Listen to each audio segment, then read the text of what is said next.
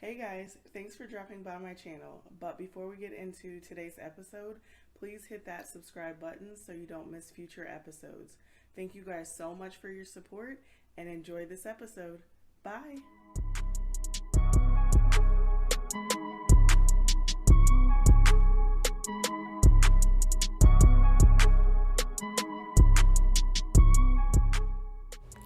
Hey guys, thanks for joining me on this episode of Flight of Fancy. I'm excited to introduce Menina. She is the owner and founder of her company, Legacy BookBar. So Menina, welcome to Flight of Fancy. Thank you so much for having me. Yes, I'm so excited you're here tonight. Yeah, thank you. Yes, so Menina, can you just tell us a little bit about yourself?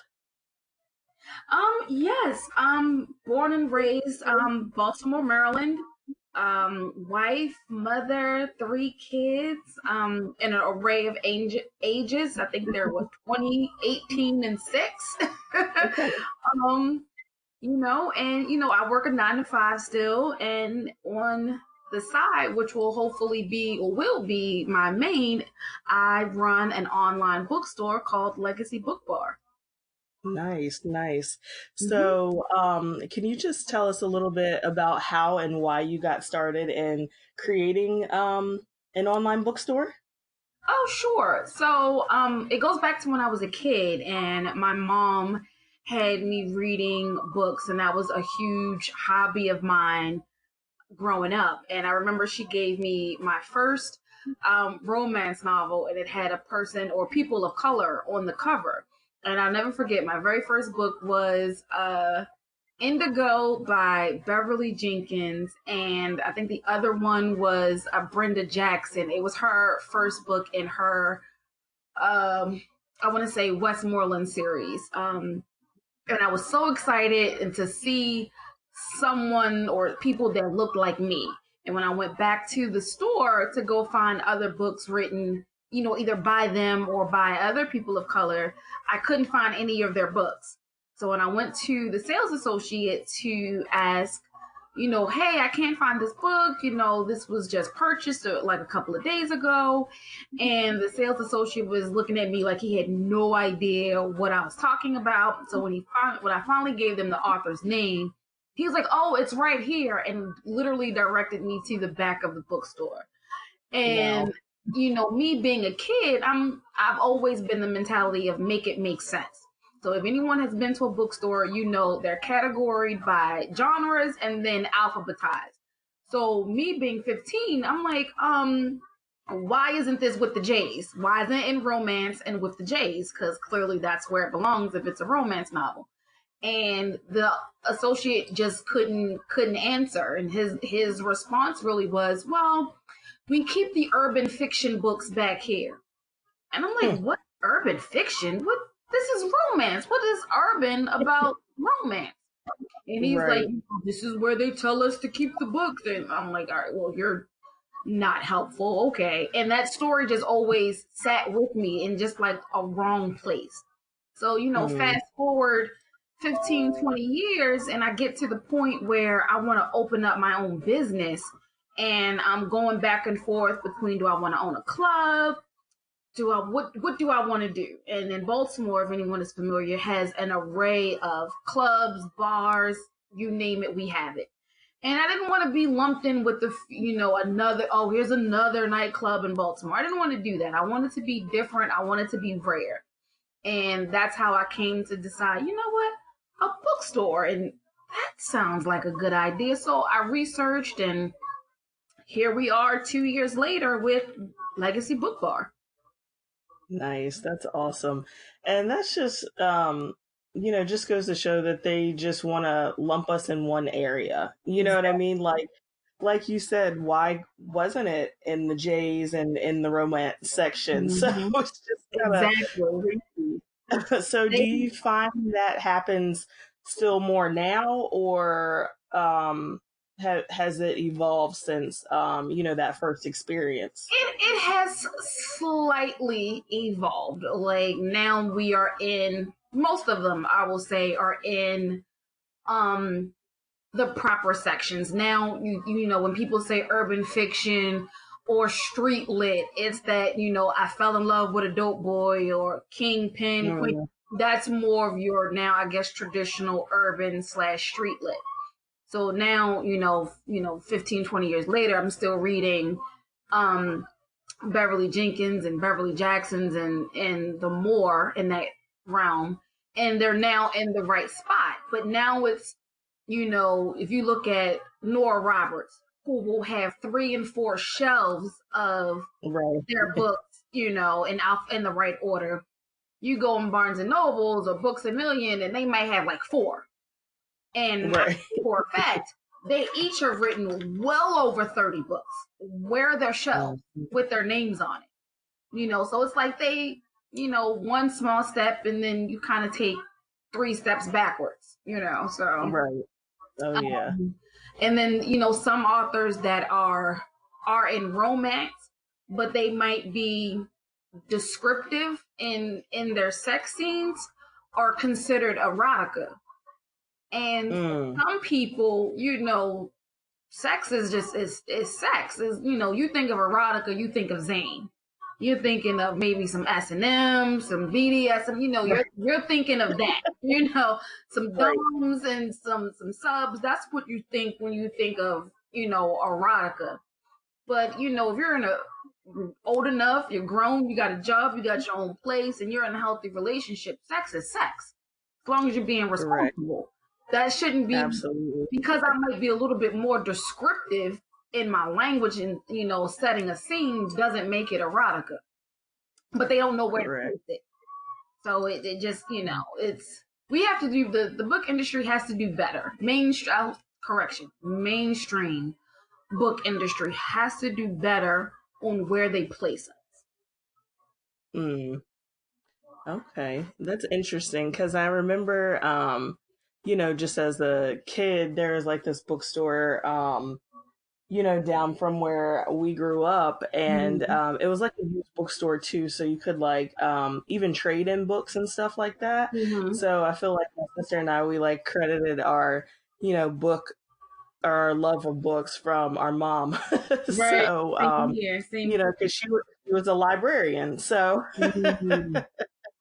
But yeah, so I mean, I can't really recall because, of course I was like super young, but, I feel like we just kind of flocked to whatever books that we were interested in at the time. And, more times than not, they did have it since it was like, a used bookstore, but I just thought it was kind of cool because, like I said, you could trade books and then you could get money for them and all that kind of stuff. So it was like, oh, this is kind of fun. This is interesting. So, Yep. yeah. Wow, that's crazy. Oh man. So with your online bookstore, Legacy BookBar, so what different authors or like who do you cater to for your bookstore? So, catering to as far as the authors that I carry, I cater to African American authors in all genres. Now, as far as a customer, you can be whatever nationality that you happen to be, and if you want to go to the website and purchase a book, be my guest. But I cater to the self-published African American authors because it's sometimes very hard for them to get their voices heard, their books read, and a lot of them rely on Amazon. Now, don't get me wrong, Amazon is amazing. I know I will burn up my Amazon Prime membership, but that's not the only way that I shop. I can go to the mall, I can go to Walmart, I can go to Target, I can go anywhere that I feel like if this is a product that I need and however fast I need it, I can go wherever and spend my money. Well, when it comes to books, you should be able to go anywhere and find a book that you like in a genre that you like or in a genre that you want to try and have access to all of that. And unfortunately, Amazon did kind of crush the smaller independent bookstores 10, 15 years ago. They are, making a rise and they're coming back, which is super great being in the book industry. But why should you only have to get your book from Amazon? You know, Right. why? You know, one thing I have learned in 2020 is the saying, have multiple streams of income. So if you sell your books on Mm, Amazon, come to Legacy and sell your book. And now you're getting a yep. cut from Amazon, you're getting a cut from Legacy, and then you're probably also selling your books on your own as well. So you have now have three streams of income to sell your books. Why not? Yeah. Yeah. So I do kind of want to get into that. You kind of open the door for that. So like, what is the process like for being an independent author? So like, how does that work, and like, how do you get those authors to come to you for your site? Okay, so at the beginning when I first opened my store, which I will say I opened the store February 1st of this year. So Legacy BookBar and the brand launched November 1st of 2019. So in that time frame, I was just collecting authors and working with them and letting them know how they can get into the store. So you go on Mm, my website. I will say the website is www.legacybookbar.com. And on the okay. home page and on the about page, there says, if you want to be a part of the Legacy Book Bar, please fill out this author form. And I think the word form is even like bold and underlined. And you click on the Okay. form, and you'd be surprised how many people say, I can't find the form. What do I do? Well, it's underlined. It's there. Just hit the underline and it'll take you to the form. It's okay. So Right.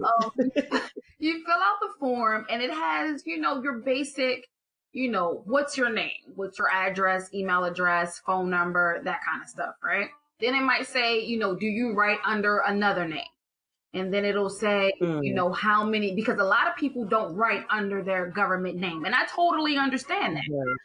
but Yeah. if I'm working to have you in my store, like what name am I putting on the website? Am I putting Mary Jones, or am I putting, Sweet Taboo? Right? I don't know. So I need to know who I'm working with here. So, and it'll ask you, That sounds like that could be a game or it something. could Sweet be. Taboo.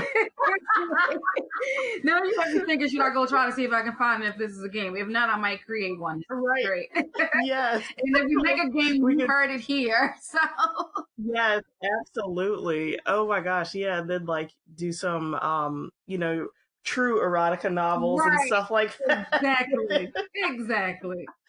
So and Oh then okay, goodness. so going back, so then also on the forum, Right, right. say, how many books do you have to sell, or and then how many books have you written, and then are you published or self-published, and then do you have the rights to your book if you are traditionally published. Some authors Mm, have the rights to their paperback, but not the rights to their ebooks. Now, I don't do any ebooks at all on my website. So it's just paperback, but I okay. still need to know. And then some people co author with someone. So then it's like, do you Mm, each have individual rights to sell their book without the other person's knowledge? Because then that can get you in trouble. So, it's just, oh yeah. it's a couple, about 10 like detailed questions um on the form, and then you submit to me one book per book title. So if you're a person that might have four books, the whole series of a four-book series, and you want that whole series in the store, then you will submit to me one copy of each book for me to read, verify that this is a legit book. I can locate it, and then if you decide after I read it, and I make sure it's like no grammar issues, the continuity of the story flows, Mm, and all in all, if it's a good product, and then I will send you a welcome letter with a contract, and then you will review your mhm. contract, and if you agree to the contract terms, then you will then send me, once you sign and I sign, you will then send me 10 books per book title. So in essence, I carry 11 books at a time. Okay, and like with the contract, are there openings for negotiation, or is it like just totally set in stone? I try to be, flexible with the contract. I don't mess with the percentages, because if I mess with the percentage or I adjust it, then I would have to adjust that for every author that signed before you, and that's not fair. So if everyone else agreed to the terms, then if you're going to sign, then you have to agree to the terms as well. What I will be flexible on is the book count, especially for those authors that have more than one book. So let's say you are an author that had, like I said, you're that same author with the 4 books, right? So in essence, you're going to send me 40 books at one time. You might not be able to send me 40 books at a time, but let's say you can send me 20. And then I'll say, okay, we're going to still get your 4 books in there, because if it's a series, you want to sell them as a set. So then let's do 5 of each book. And then we can get that started. And then once the counts start getting low, I let you know so you can start sending more. So I always let authors that do sign, I always let them know right around 2 to 3 in stock. Hey, you got 3 books in stock, you need to send more. No, that's really cool, like the whole process and everything, and I really appreciate you for sharing that, because I mean, I guess I've just really never thought about, the process for that. And like you said, Amazon is kind of like the powerhouse for everything at this moment, and it's really good to have like different avenues to promote your content and getting those authors out there, because I can remember a friend of mine, Jess, she has a few books out, and she had a book on Amazon, and it was called The Book of Fools, so make sure y'all check that out. But shout out to you, Jess.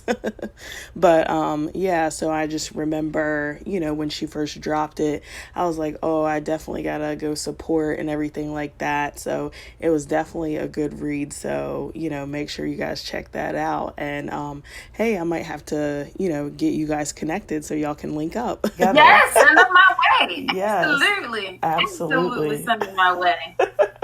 Now, I know you said your mom was the one that gave you your first romance novel, but outside of your mom, were there any other inspirations that you have, or anyone that you look up to that helps you move on this path of entrepreneurship and guided you to create your online bookstore?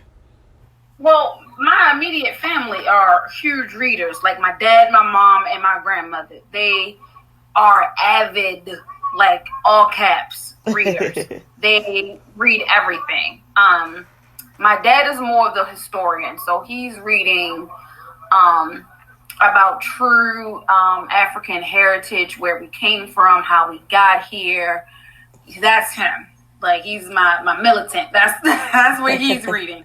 Or he's reading astrology, or he's reading Roman philosophy. That's my dad. My mom is reading like romance and sci-fi and horror, and my grandmother did too, for the most part. So I know they would share alike. But growing up, even today, I see my dad he has a book in his basement, book in his living room, book in his bedroom. My mom, every floor has a tablet, and she knows where that tablet is, and she can pick up and start wherever she left off with her book. Mm-hmm. My grandmother was the same way before she passed. So not reading would be so foreign to me. Like, I don't know what it's like to go a day, a week without reading, even if it's a book I've probably read 100 times. Right. So it was just like natural. Once my mind set on, can I open up a bookstore?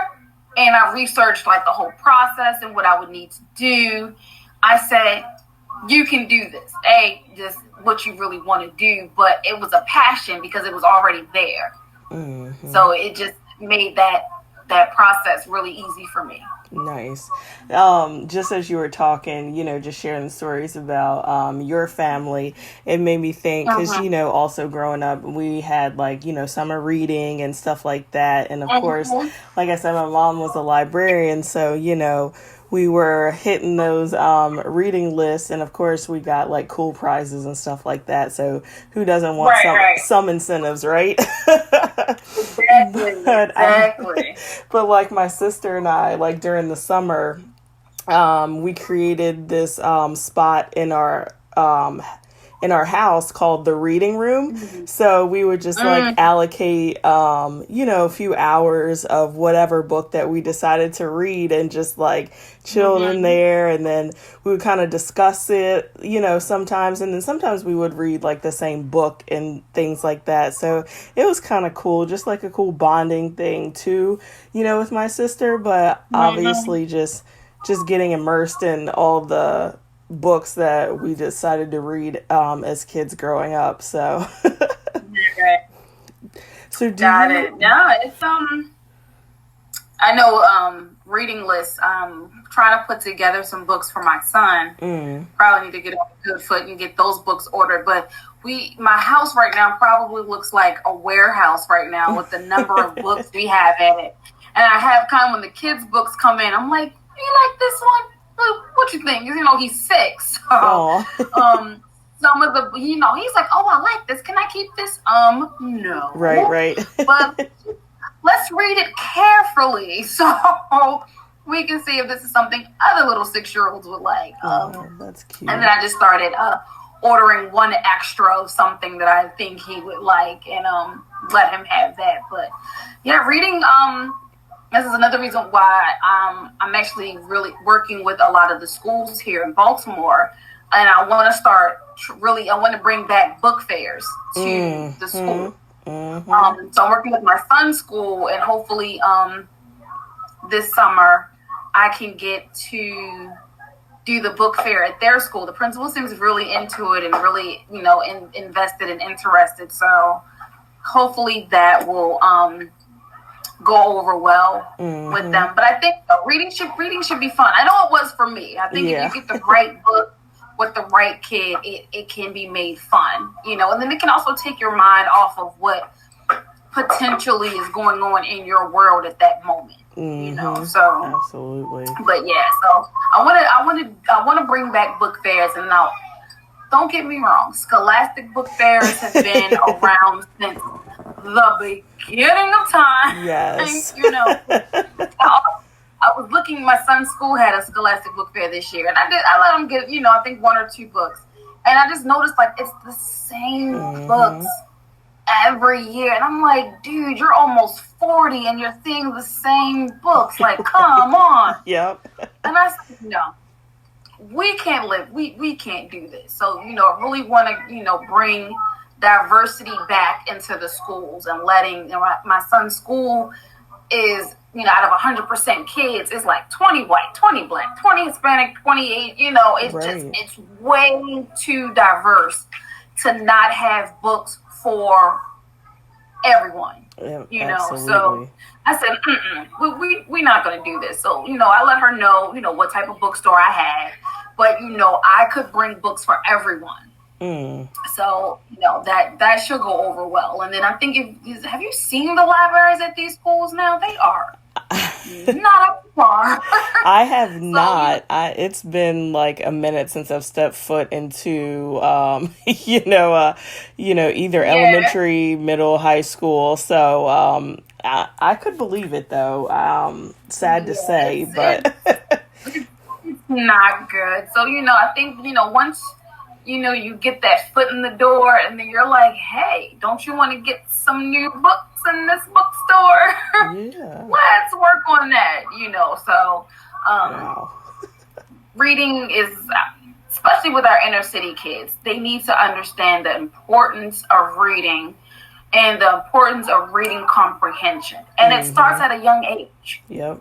So that's what I want to do for our babies. Oh, I like it. Well, I support you for that. So, hopefully when all this COVID stuff kind of like dies down, you're able to like get back in the school and like host that book fair. So that'd be pretty dope.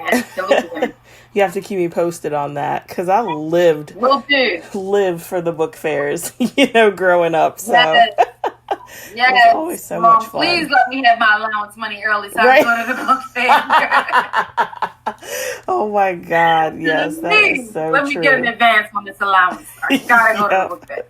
Because what was it like? What do you do? Like, was it like a pre-order kind of thing? Like, because they would give you, like I guess the magazine, right? And then you pick what you want or kind something. of like those little flimsy like catalogs. Yeah. So you could know how much the books were or what they were bringing. But then when they had the book fair, you could just go and give them your money. At least that's how it was at our school. So I would already have what I wanted. Okay. And then my mom or dad would be like, all right, you got 4 books and it's about $25. Yeah. I'm like, but that's a habit. I know, right? Yes. So that's how, and that was the same way when my son went to the school fair last year, which was crazy. My son went to a different pre-K and they did not have a book fair. Oh, wow. So one was really deep inner city and one on the cusp of the county. Okay. And they had a book fair. So that should let you know, like, who takes more interest in their children in reading. Mm-hmm. So, yeah. Wow. So I was going to say, I know you can appreciate this next question that I'm going to throw your way. But I like to, dive in and ask my guests, what they're reading or what they're listening to. So what are some books or podcasts that you might flock to, for inspiration or just to like escape the day? Honestly, podcasts I really don't listen to. Now, if someone says, hey, I think you should listen to this podcast today, it was a really good show, then I'll tune in. But I don't have a daily podcast that I have, or, a weekly podcast that I have to listen to every week. Well, I take that back. My women's organization, I'm in Empowered Women in Business International. Based here in Baltimore. They have a weekly radio show podcast that's viewed on Facebook every Tuesday. So because that is my group that I work with, I will watch them if I'm not already a part of the show. Okay. I will watch that. But other than that, I don't watch it. I mean, I get home so late from working, so it's hard to listen to one while I'm at work. And then once I come home from work and it's like, hug the kids, kiss the husband, grab something to eat, I'm either jumping on the laptop to do some work for Legacy, or I'm jumping on the computer to do some work for my women's group, or I'm jumping on because I have to tackle something for both groups. So it's hard. But once I have that downtime, I have a tablet. I'm on my tablet. I'm reading a book, or if I have received a book submission that week, then I'm reading that particular book. Okay, cool. Yeah. Well, I'll ask. Well, I guess maybe also some authors. Like, what authors do you resonate with? If I'm doing self-published, Author Serendipity is one. She's actually an author on my page. Indy Jones, who's also an author on my website, she writes, Author Serendipity writes romance, but she's the one where if you found her either on my website or on Amazon, she's considered erotic romance, even though she is romance, but it's classy descriptive. With a hint of heat, but that hint of heat has her classified as erotica, but she's really not. Okay. But her books are fire, though. Let me just tell you, books are amazing. So, I'll have to jot that down. I read her. She has Ember's Flame and Rocking Cheyenne. Those are her two book series on my website, and those books are like, yes, girl, bring it. Indy Jones is also, these are all Black women self-published on my website. Indy Jones does paranormal romance, and I love Oh, that. wow. That I love sounds exciting. sci-fi. Yeah, I love that. And her, actually, she's also based in Baltimore. And I remember when I found her, I just happened to be Googling, like, I think I was Googling publishers near me because she's a self-published, but she created her own publishing company. Oh, dope. And I found her and fell in love with the covers of her books and said, we need to talk. Like, what do I need to do? What can we do? I need to get you in the book bar. And we got to talking. And she was like, oh, this is a good idea. And we're both local. And it was great. And I think she has 5 of her books on the website. Okay. But I love that I love paranormal, and I think when it's done right and not cheesy, it is well written. I love it. So those 2 self-published. Beverly Jenkins, of course, if you're familiar with historical romances, anyone that can take, slavery, after slavery, and turn it into historical moments in time and then create a whole love story in that moment is truly gifted. And I love her. And then I love how she went historical, she went modern, and they kind of intertwined. And a lot of the characters are like the descendants of her characters in her historical romances to kind of tie them together. I think is brilliantly done. Same with the Beverly Jenkins and the Frances Ray before she passed, and Rochelle Ayers. I mean, I'm a romance fiend. I love love, so a lot of the books or a lot of the genres are based around having a happily ever after. So those are the ones I tend to gravitate to the most. Even though I won't read anything, but those are the ones that always have that star favorite next to it. Yeah. I love romance. And then, and just because I'm a Black woman and I cater to Black authors does not mean that I don't read, the white authors. I still read the James Pattersons, and Nora Roberts writes, I guess you could say classical romance or more modern day romance. And then she writes, somewhat sci-fi, because under the name J.D. Robb, her books are set in the future. So her books are set like 2049, 2050, and you get to see her vision of what the world would look like in that time frame. So it's like the futuristic meets Law and Order, SVU meets romance, all rolled into one. I could get down with that because I don't know, I just love like horror, and then of course like crime shows, investigation, and then so that would just be like pretty dope and a good marriage for me to like check that out. Yeah, it's a good series. I remember I found her in this little bookstore in Ocean City, Maryland, and I didn't realize that this was maybe like book 10 or 12 in a series already. So I was like, well, what is this? And then when I, picked up the back of the book, I realized that J.D. Robb was actually Nora Roberts, and I was already a huge fan of her under Nora Roberts. So I said, well, let's check this out. And I researched, and they said, well, even though it's part of a series, it's a standalone. So I didn't have to read the other books to understand what was happening in this book. Even though they did make some references of, you could tell something that happened previously, it didn't stop me from understanding and enjoying the book. So once I read that and was like, oh my gosh, who would think of this? Yeah. I said, okay, let's go back to the beginning and see how this goes. And then I read the beginning and was like, holy crap, are you? Oh my word. And then my mom and I just went on like a binge read, and we just got every book we could find in that series. If we had to order it, we did.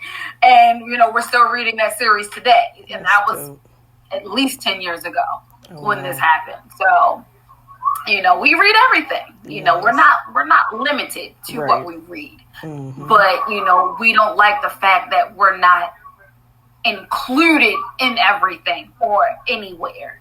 So, I got to the point in the age where I'm tired of waiting to be included. Yep. So I said, well, I'm not going to worry about, bringing my chair to the table, or, they didn't ask you to come, so invite yourself. No, I'm going to just build my own. Yep. I'm just build my own, bro. And go over there, and then you come to me. Yeah. And that's what we're going to do. And that's just been my mentality. Like, this is not it's too many options. Like I said earlier, you got Walmart, Target, Amazon, the mall. You have all of these stores with Home Goods, the dollar store. You have so many options to get whatever you need for your everyday life. Why can't there be multiple places for you to get a book anywhere that you like? No, absolutely. You're definitely right about that. And, if there's not a space there, we just have to create it. And that is exactly what you've done with Legacy BookBar. And I know, we can definitely appreciate that, as well as the authors that you showcase. But as far as creating, I just wanted to ask also, have you ever thought about writing your own book or anything like that? Those that can write. Those that can sell. I feel you. And I sell. Fair enough. Every is not for everybody, and I'm totally okay with that. Now, I've also never tried to write a book either. So, okay. I'm not going to say that I couldn't, or I wouldn't know how, or I just honestly really don't want to. And if I did jump into that, I would probably just do a short story, like maybe 80 pages. I wouldn't try to do a 250, 300 page book. I would not even attempt to do that. Yeah. But it's funny you should mention that. I have a social media marketing and branding coach, right? And we both were saying how, this year we're really going to step into working on blogs, and actually we are each going to create our own podcast for the second half of 2020. Yeah. So we were working on it, and she was like, okay, for your blog, and she gave me this whole homework assignment that I had to work up, and what am I going to talk about each month, and what are we going to do, what are your topics? So once we did that, she was like, okay, so for July, you have to write your blog. I said, say what? She was like, July, you got to write your blog, and because I want to do 2 blogs a month, she was like, just write the first blog that you want to do to start July. And then, we'll work on that later. And I'm like, no, man, this is not what I don't even want to do this blog anymore. No. She was like, it's okay. You can do this. She was like, just write how you would talk. Just write. She was like, we can worry about grammar and punctuation and all of that. You have your research topic. You can research with the best of them.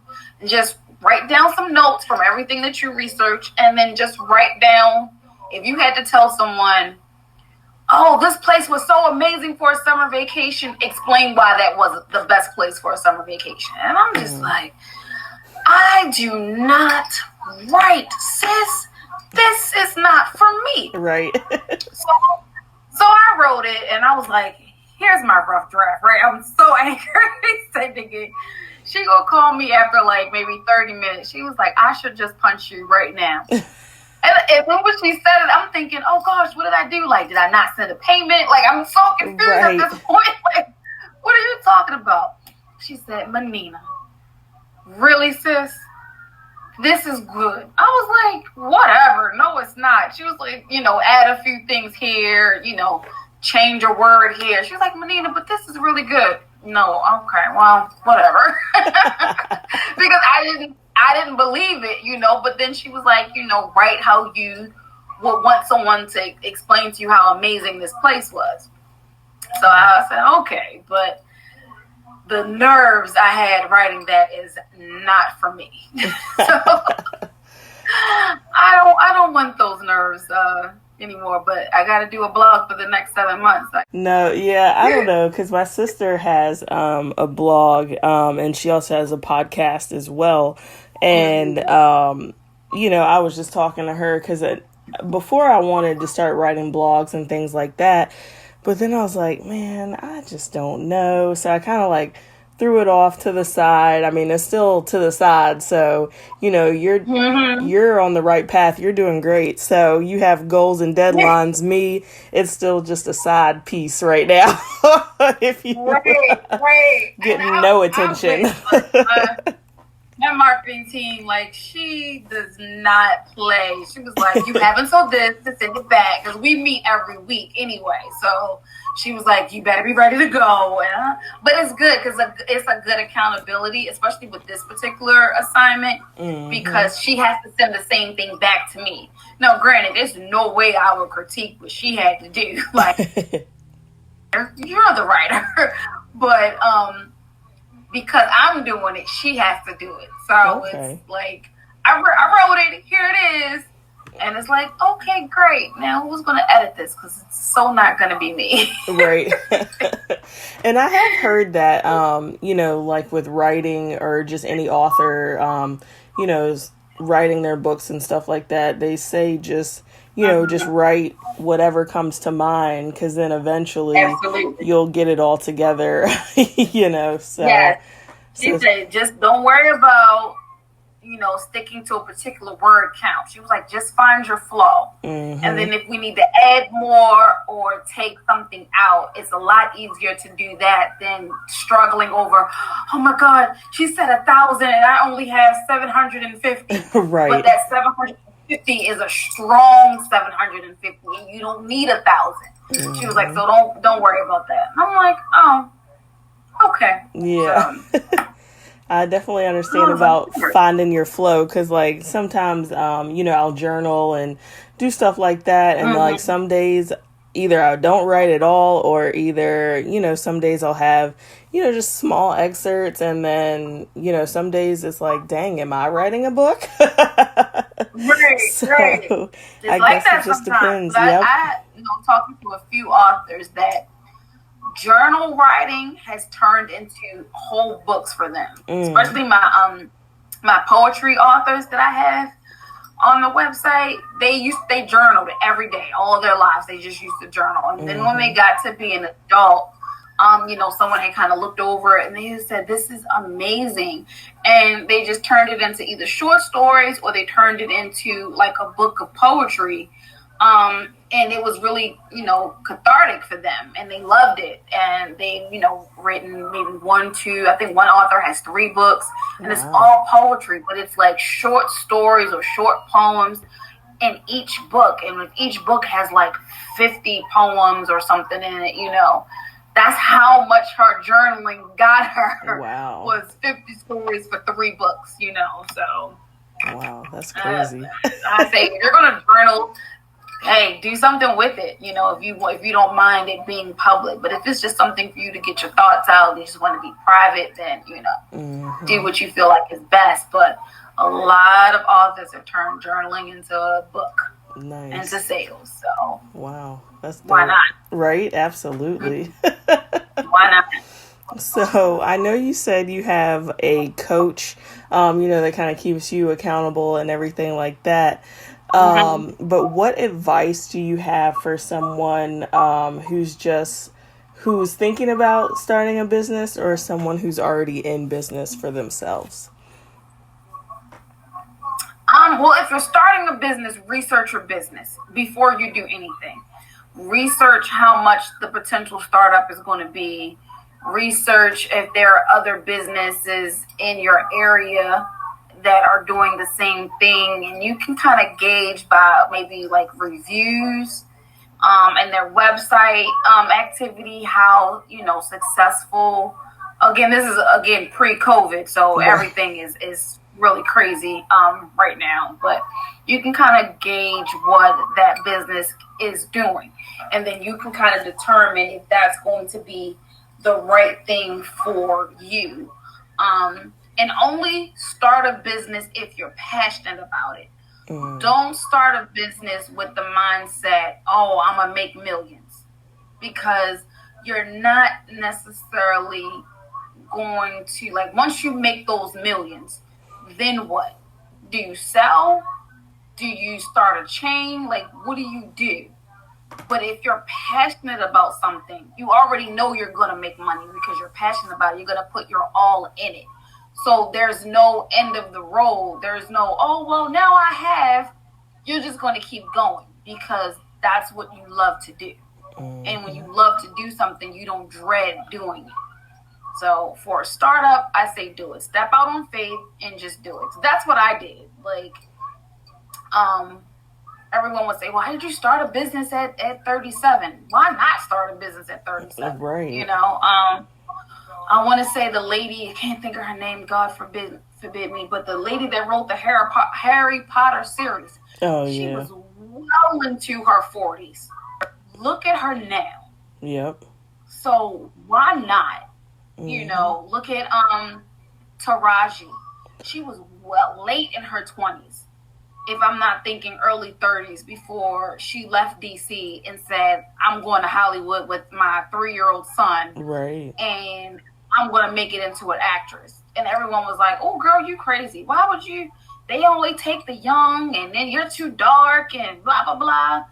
And look at Taraji now. I know. So go for it. Take that leap of faith. Get your confidence. You're going to get knocked down. It's going to happen. It's going to be blood, tears, blood, sweat, and tears. It's going to happen. But when you're passionate, there's no room for failure. So you know you're going to succeed at it, right?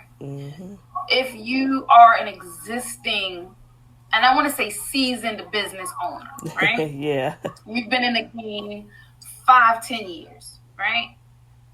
It's okay to tell the next business owner, like, hey, I did it this way. Don't do it this way. Or, hey, you know what? I didn't have help, but I don't want you to have the same pitfalls that I had, so let me help you.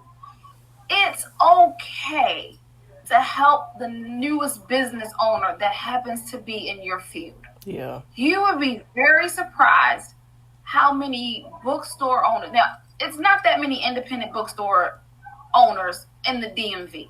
It's not that many, but there are a few. And there are a few in Baltimore. And I have reached out to a few of them.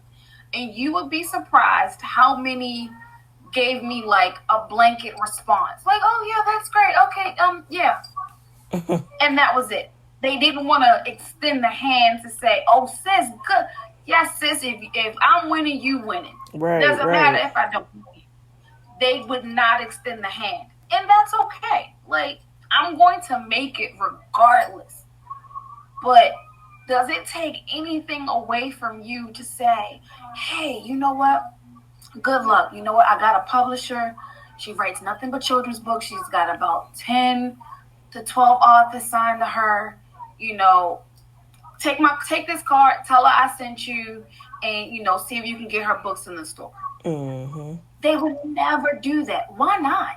Exactly. Why not? Because they're scared. They're scared of competition. But here's my thing. How many millions of dollars does Burger King bring in a year? Right. How many millions of dollars does McDonald's bring in a year? And they can be on the same block in your neighborhood. Know what? Burger King ain't thinking about McDonald's. Right. McDonald's ain't thinking about McDonald's ain't thinking about Popeyes. And I know right now I can go down my street and it is a McDonald's, a Burger King, and a Popeyes. And at the end of the quarter, the CEOs is walking out with millions. Yep. You telling me you can't share any information? Really? Bonkers. Yeah. Ridiculous. Yeah, I've had that conversation, you know, with some of my other colleagues and stuff like that. And it, like I just said, you know, they're just kind of scared of, you know, just giving out that information, you know. So if they can just look outside of themselves, they could create a good community and like build a bond, you know what I'm saying? Help each other out, whatever, because at the end of the day, your mind is different than theirs, and the way you create it is going to be still, unique to you guys. Just like you were making the comparison about the different food places. They all kind of sell burgers, with the exception of Popeyes, but, it just tastes different. Right. They got their own sauce, they got their own seasonings, you know what I'm saying? Like, so it's just like whatever you decide to put into it, it's gonna be yours, So it's crazy, honestly. Exactly. And the one store, we're two different type of stores. Now, granted, I'm online. You have an entire brick and mortar. You have what I want. So we're not even competing. I don't have a brick and mortar. So why are you worried? What are you worried for? Right. But I make sure that, and this is just me, even without being a business owner, I always looked out for the other person. If it was something that you needed and I might had or knew someone that could get it, I'm going to pass the information over. Absolutely. I'm not charging you for information. I'm not doing that. I have conversations now where there was a lady, she was, I think she called herself like a virtual assistant to a book author. And the book was kind of like a how-to guide for like teenage girls that were getting out of high school and having to step now into the adult world. So it was like, how do you dress for an interview? How do you respond? And it was geared to working in the medical profession, right? Oh, cool. So I thought this is different. I like where this is going. But on the back of my mind, I have a really good friend who has a mentoring group for teen girls, right? So I'm thinking this book would be amazing for my friend and her mentor group. And I explained to her what the group was and what it did, the information that I did know. And I said, I can't speak on everything because it's not my group.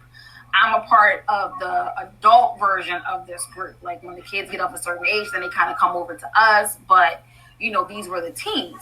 I said, but I know the founder. So I can definitely send you this information if you're interested.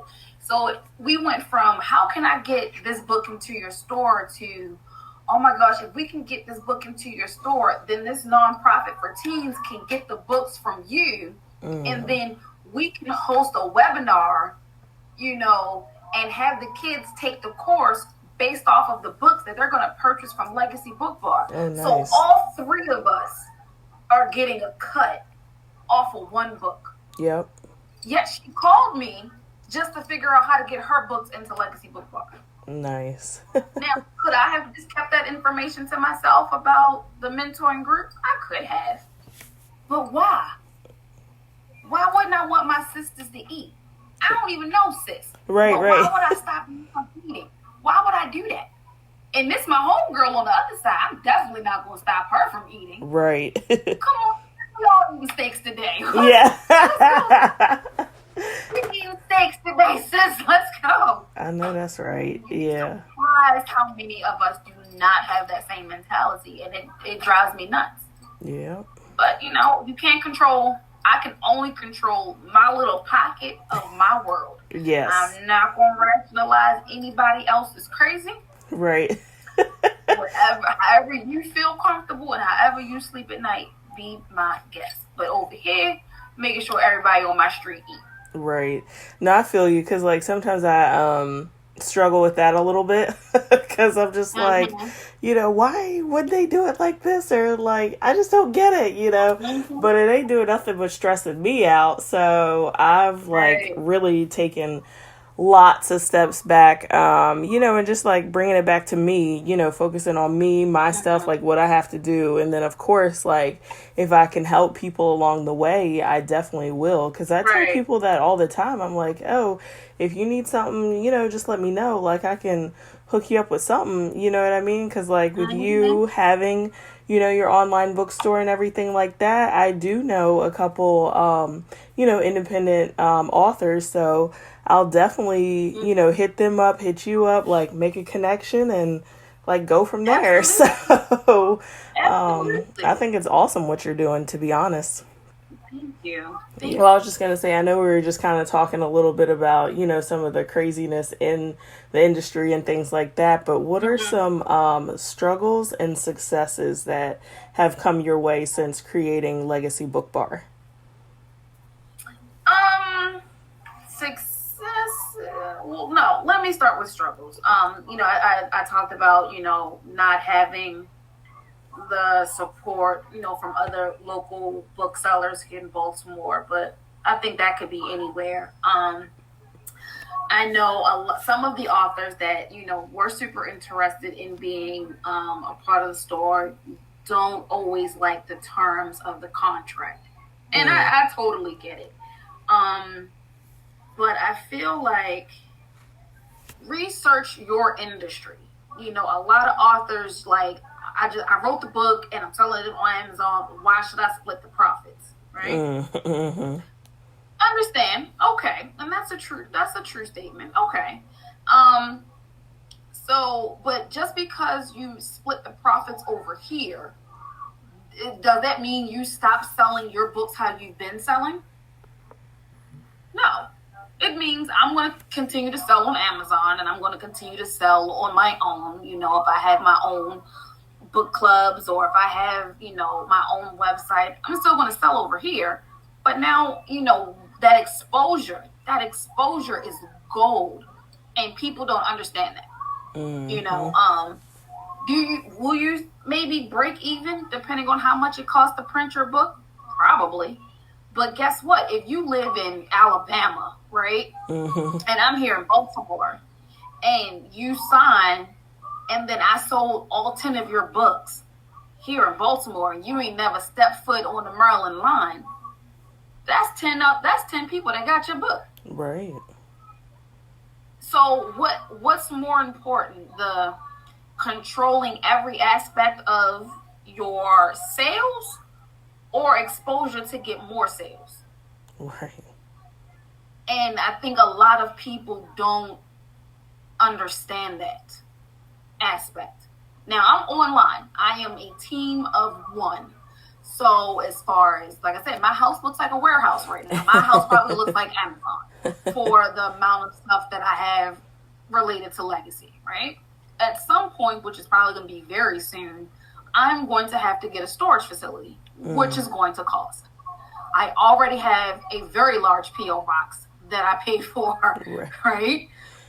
What about the personal marketing that I do for every author, right? That marketing is not free. When I do, so again, pre-COVID, and now it might be starting to pick up a little bit. When I do these vending events, and these tables are $90, $100, $120. Gosh, one was even $300. I thought that Oh, was wow. astronomical. But let's say I took that because of the location of where it was going to be and estimated, roughly 3,000 to 5,000 people was going to come to this location because of how big it was. I might take that lump and spend $300. Right. Who's going to pay for that? Who's going to pay for that? Who's going to pay for the travel to, and I don't just do vendings in Maryland. I go all over. Wherever my car can take me. I mean, I went all the way to North Carolina for an event. Oh, wow. Right?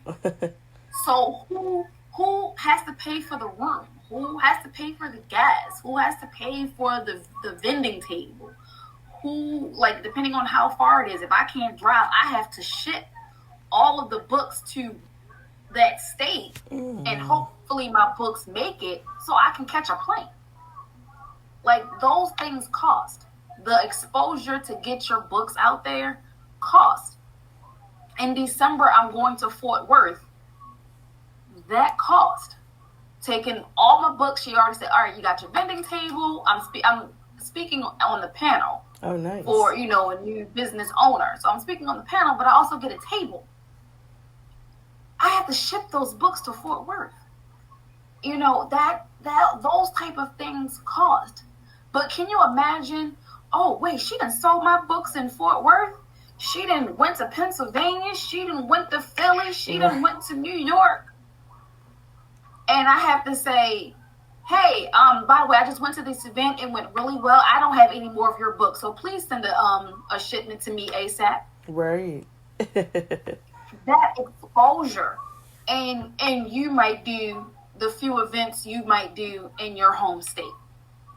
Now, if you're comfortable with, your home state and that's where you go, then, I'm not going to knock it. You do that. But,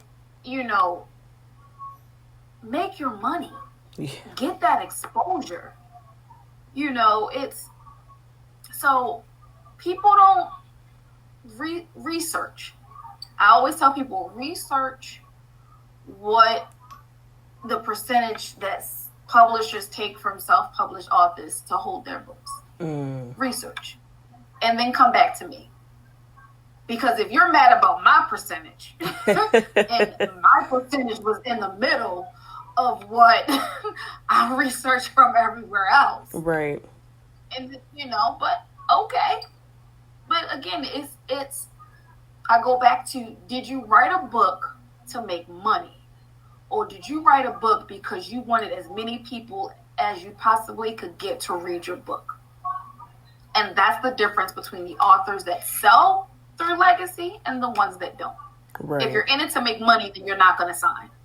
If you're in it to, I want 5 million people to read my books, then you're selling with Legacy, you're selling through Amazon, you're selling on your website, or sell with this self-publish.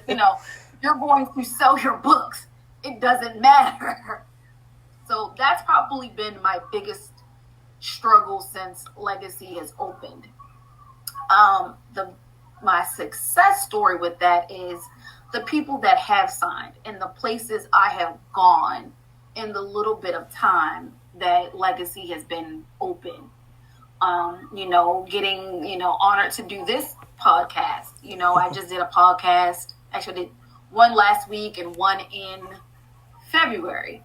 I've done local pop-ups in the local malls here, and they have been a success. I sold in 2 weekends. I think I sold over 70 books. Nice. So it's the people that are excited to see something new and something positive. Being able to work with schools and letting the children see books of, that look like them on the cover. That joy is so humbling, and I just love it. And every day, it just makes me, every day I get up and I'm like, you're doing the right thing. It might be a slow week, you didn't make any sales, but the next week could come and then you make 6 sales or you make 7 sales, and right now it's COVID. So you really don't have any expectations. Yeah, I regret nothing. I regret nothing starting this business venture, because it's just opened me up to new people such as yourself, and hearing from other people that I have never met, and hearing that, oh, that was a great idea, I wish they had this here. Or, oh my gosh, that's a great idea, I'm going to support, and just hearing that lets me know every day that you didn't listen to the naysayers, and you stepped out on faith and you did it, and it was a success. And that's just, I love that about that. Absolutely. Because I wanted to talk just a little bit about when you were talking a little bit about the struggles, and you made the mention about pricing, or like the percentage. And, in my mind, I just wrote it down. I just wrote worth. But that just goes to show that you know what your worth is, and like what, how you see your business and how you want it to scale. Because I'm also working on a activewear line, and, I have my designs and all that stuff, and like just kind of in the manufacturing phase, and like I'm like, okay, it costs this much to make it, so then like where do I need to price and all that kind of stuff. And it's the same thing, like the people that will buy it, and then the people that won't, they won't, you know what I'm saying? Or they might get it as a gift from somebody who actually, saw the value in what I'm doing. So, exactly. You definitely know your worth and the value of what your company is and where it's going to be. So I definitely commend you on that for sure. Thank you. Yes, absolutely. And, and then just with your successes, like, I mean, you got a lot going on, and just within, a short amount of time too. So like, you're definitely going to continue to grow, and I'm just excited to, follow you and your journey and just kind of see, Oh, what thank else you. you're going to be able to build and create. So, you have a lot of good things going on right now. So, Mm-hmm. Thank you. No, absolutely. it's definitely a journey. Oh, yeah, for I sure. don't see it ending anytime soon. It's definitely a journey. And even tonight, like when we hopped off, Mm-hmm. it's have some marketing that I have to do because I set up the next 4, 5 book clubs Mm-hmm. for the rest of the year. Oh, And nice. I just sent out, I just sent out the flyers for July. And I said, you know what? Let me just go ahead and send the authors their prospective flyers for their months.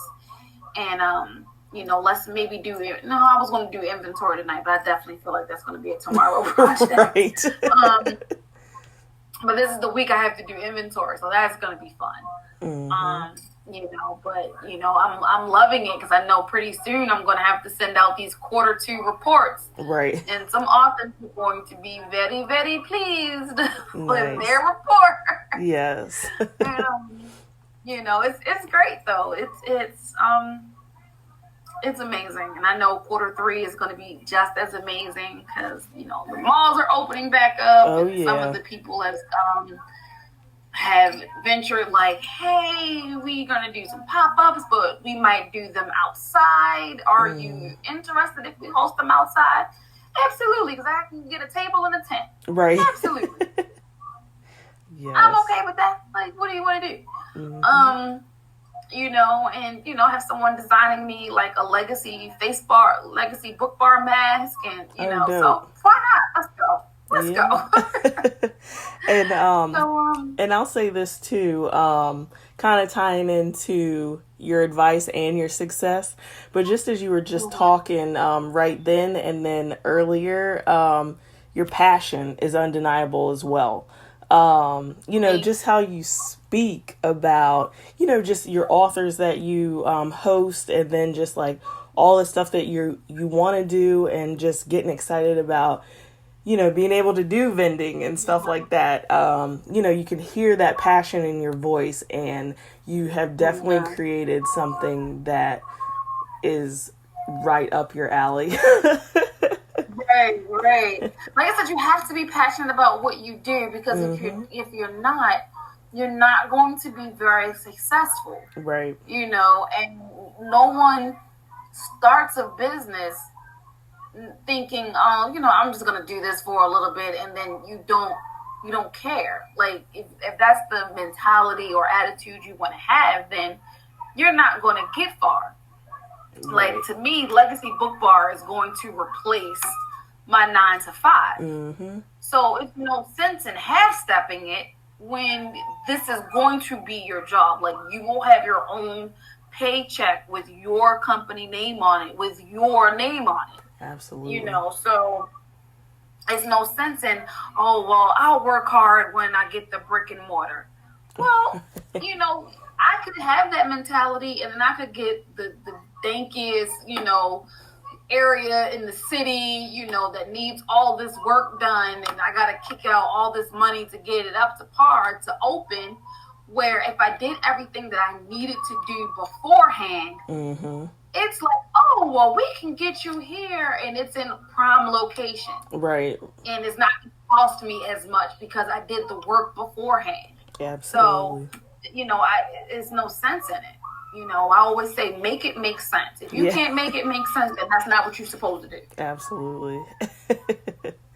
For sure. Yeah, because a lot of people do go into business, with that, I guess that crazy mindset, like, oh, I'm gonna, like you were talking about, like making millions, da da da. Of course, that would be Mm-hmm. fabulous, right? Because why do we create Right. this anyways? Because we want to, replace our 9 to 5, or, we just see a need in the market. So, yeah, you got to put in that hard work now because, if you wait or whatever, you're still going to be kind of slack with it, Mm-hmm. so it might not turn Mm-hmm. out, how you want it to. So I get Right. Right. it.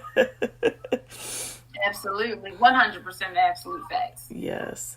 So I know you're hard at work. You say you have your 9 to 5. You come home, take care of family, and then hop on and get things squared away with Legacy BookBar. Mm-hmm. But what are some things that you like to do to relax or reset your mind to keep you just keep grinding on your journey? Um, which is so crazy, but this is why I started my business. Mm, I relax by reading a book. I love it. I love So, it. which, which is, how I decided to, like I said earlier, like I was on this, I'm gonna open up a nightclub or something in that realm. And then when I said, no, this is not what I want to do, I was in the bed. It was probably well after midnight. My husband's asleep. And what do I have on my lap but a tablet? And I'm reading something, whatever book I happen to be reading at that time. And as I'm reading, I'm like, wait a minute, a book? What if you open up a bookstore? So then it's Right. like, all right, let me grab my phone. Then it was like, how do you open up a bookstore? How do you? Then it was like all of these search engines. It was like, how do you open up a bookstore? How do you open up an online bookstore? And then it was just like all of these different search engines. Every time you clicked on one, 10 more would pop up. Mm-hmm. So then it was just like light bulb, bookstore. But legit for me, like unwinding is I read a book. Might take a bubble bath, but I'm gonna read a book. Yeah. The kids are asleep, the husband is asleep, house is quiet. I'm gonna read a book. Yeah. Might sound crazy to some, like, how do you read and own a bookstore? Yeah, because that's that was my pastime. That was how, as a person, as me, how I would relax after a hard day was, oh, this person just came up with a new book. Let me one click on this tablet and get this book. Right. And that's what I would do. And now it's just like, this author just sent me something. Let me see what their stuff look like on Amazon. And then it's, they got some favorable reviews on Amazon. I like this. And then, and then it's like, all right, well, let's read this. And then let's read this one. Right. And then let's read and then before you know it, it could be like 3 o'clock in the morning. You didn't read a whole book because it was so interesting. That is like my favorite pastime, Mm-hmm. And then, I do take me time, pedicures, manicures, get my nails done, Right. hair done. And even in the hair salon, I'm reading. So Yep. it's like, what does Manina do every day? I read. I research. No, And then I read some more. I hear you. No, because when I went home to Virginia for Father's Day, and I just recently picked back up my book that I had started reading, Terry McMillan book, and I was so pissed. I was like, dang, I forgot my book, because I was gonna like spend some time lounging by the pool at my dad's house, you know what I'm saying, like, just reading, and I was like, ugh, this is annoying, I totally forgot my book. But I will be reading some chapters tonight, though. Right, exactly. So, Manina, what do you see is to come on your journey? Like, where do you see the future for Legacy BookBar? Actually, this is so funny. I think I talked about this Saturday. I hosted my virtual book club. And I was telling the story how when I first got into the book industry and I decided this is what I was going to do, I said, I just want a bookstore. I just want a bookstore. I'm going to go online. I'm going to start online first, get the brand name out there, and then transition into a brick and mortar. I just want a bookstore. That's all I kept saying was, I just want a bookstore. And then now here we are, 6 months later. Mm-hmm. I don't know if I go from February or if I start in November. And it has blossomed into so much more than just a bookstore. And I am in complete awe of this phenomenon that I am journeying on right now. You know, I never would have thought I would have been invited on podcasts. I would have never thought that, you know, I would have the idea to go to different schools and reach out to principals and ask, what do you think about, you know, Black-owned bookstore in the community coming to the school and hosting the book fairs? No cost to you, just give me the tables, I'll bring everything else. Right. Like, who would have thought that? Right. Now, Fred, the end goal is definitely the brick and mortar, right? Mm-hmm. Definitely the end goal. And I gave myself 2 years, right? And again, this was pre-COVID. Right. So now that we're in the midst of COVID, and it's just like, oh crap, we are still in this COVID. Lord, we gonna get a second wave. We might get a third wave. I might have to ride out this online bookstore longer than I anticipated. But it's okay, because when I can get out, I will. The brand is getting very good momentum right now. And I'm just going to ride the wave and enjoy that time until I can get my brick and mortar, which I absolutely will have my brick and mortar. There is no ifs, ands, and buts. That is definitely the end goal to all of this, is to have somewhere where people can come and sit and relax and read and enjoy being in a bookstore again. So that is definitely the goal. But this journey getting there, so not what I thought was going to happen.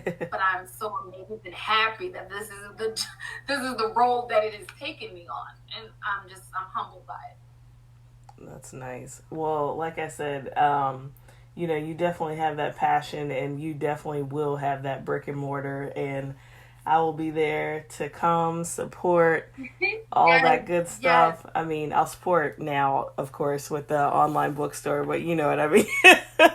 Right. No, totally get it. Yes. And then you can come, and then you can interview me, and we can say, you know, we have Flight of Fancy interviewing. They're going to be taking pictures. Absolutely. Dope. Yes. Absolutely. I'm with it. I'm here for it. You know what I mean?